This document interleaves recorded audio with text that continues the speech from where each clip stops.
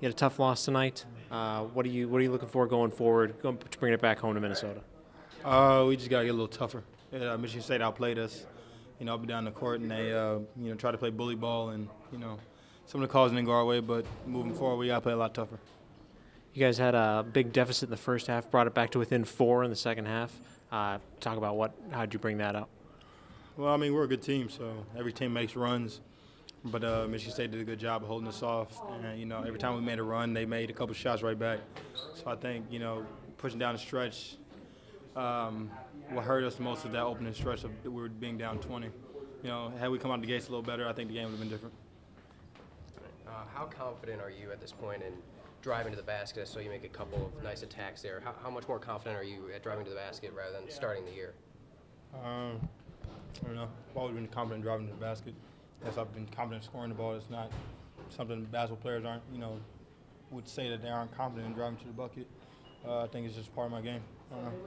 And then the defense lockdown in the second half. I saw Chris was pretty heated during the under-16 timeout. What did he tell you, and how did that help you guys step up on defense? Just play defense. We were down 20 points. Either we were going to lose by 50 or we were going to, get back in the game.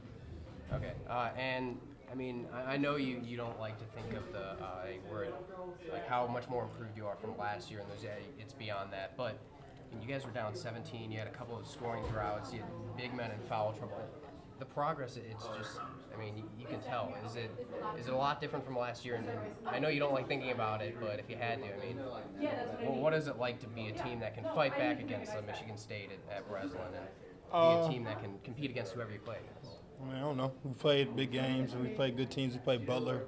We've played Notre Dame in Texas. this is no different. We played a down Michigan State team, at home, and that, they're always going to be tough. But, we want to win, and we know we can come to these games and compete with everybody.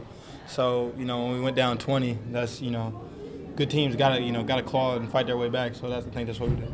And in those scoring droughts, your coach credited a lot of that to Michigan State's defense.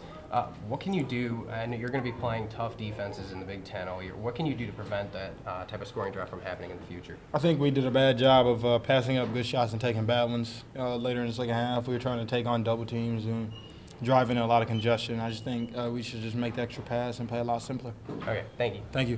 Really stepped up in the second half. I saw Collins was pretty heated during the under-16 timeout. What did he tell you, and how did your defense step up from there? He's just, getting on us to, play defense. We felt that, we had a chance to get back in the game, and we didn't play very good defense in the first half. So he was just really encouraging us to, get some stops.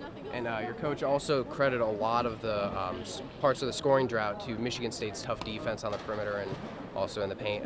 What would you credit? Would you credit the scoring drought to that defense, or what can you do to improve to those types? Yeah, of I think they played pretty good defense. They didn't really let us, get into our stuff very easily, and the drives were hard. Everyone was plugging, and we had too many bad turnovers. So all of that combined, resulted in a bad shooting performance. Okay, and I know you guys don't like to dwell on the past and last season, but it's evident with these scoring droughts, big men in foul trouble, and you're still able to compete in a pretty hostile environment. Is that improvement pretty palpable with this team? And what does that say about your team going forward against these tough teams? Yeah, we're not afraid of anyone. They jumped on us early, and that, we knew that, we made mistakes, and we spotted them all those points. But, we're not afraid. We're going to keep fighting no matter what. We're never going to quit. And I think that's a quality that helps us become a good team. Okay, and after a loss, you guys haven't had a Big Ten loss yet.